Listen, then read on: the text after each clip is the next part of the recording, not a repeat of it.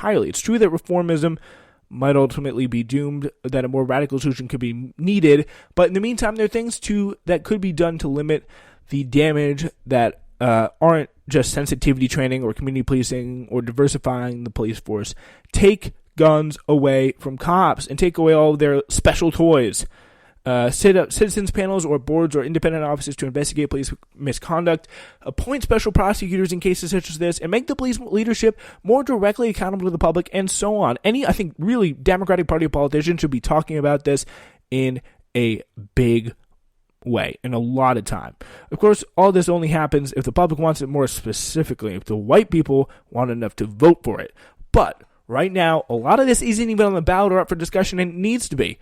At this point, the conversation becomes more action-oriented. Great piece from Paul Bless there in the Discourse blog, talking a little bit more about some of the reform ideas. And that is something that should be part of the progressive platform. If you're talking about racial justice, criminal justice, this, I think, should definitely be among the things that you're talking about. We wrap up next.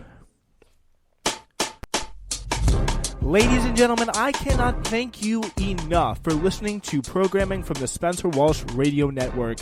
It really means a lot. So if you like what you're hearing, please consider supporting us by checking out our merch store available on Spreaker.com/TSWS. The link for it is there. Also, if you like what you're hearing, feel free to leave us a review on wherever or however you listen. You can do it on Spreaker by leaving a positive comment, and of course on iTunes by rating and reviewing us 5 stars, and on whatever possible program or site that you listen to SWRN on. Leave a nice review, leave a good comment, let us know your feedback, and also if it's negative too, I always welcome constructive feedback. Thank you so much for listening, and now let's get back to your show. All right, ladies and gentlemen, we are talking about Twitter. President Trump on Thursday signed an executive order to curtail the legal protection that shields social media companies from liability for the content posted on their platforms. The move came just hours after Twitter added new fact-checking labels to hundreds of tweets. Kate Conger and Mike Isaac reported escalating the social media network's confrontation with Trump. Twitter on Tuesday had appended fact-checking labels for the first time to two of Trump's tweets about mail-in ballots, rebutting their accuracy. In response, Trump accused his favorite social media network of stifling speech and declared that he would put a stop to the interference.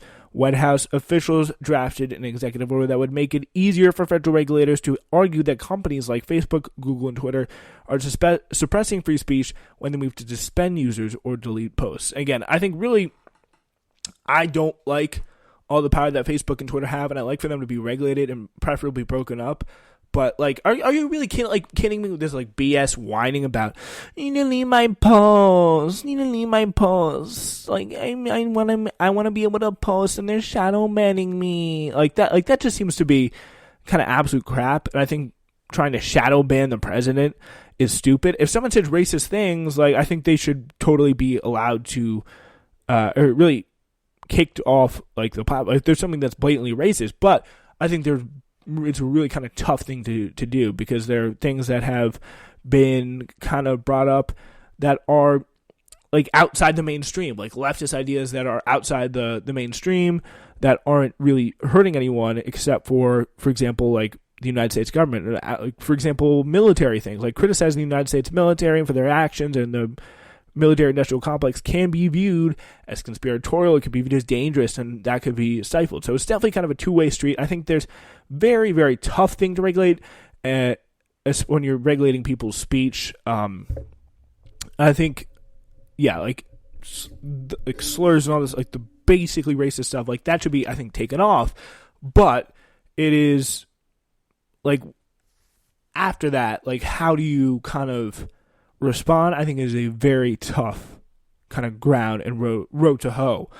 But there has been a lot of people saying stupid things. And just because there's a little link to the bottom of your tweet, Trump, doesn't mean it's being stifled. You can still say whatever you want, but there are facts involved. And I think if you're putting up accurate facts, if Twitter's putting up a real true story, and not like Facebook literally using the weekly standard of all places to fact check, I think then that's definitely something that should be supported.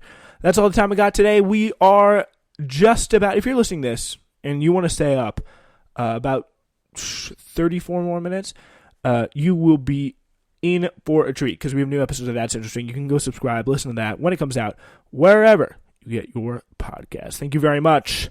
Have a great rest of your night.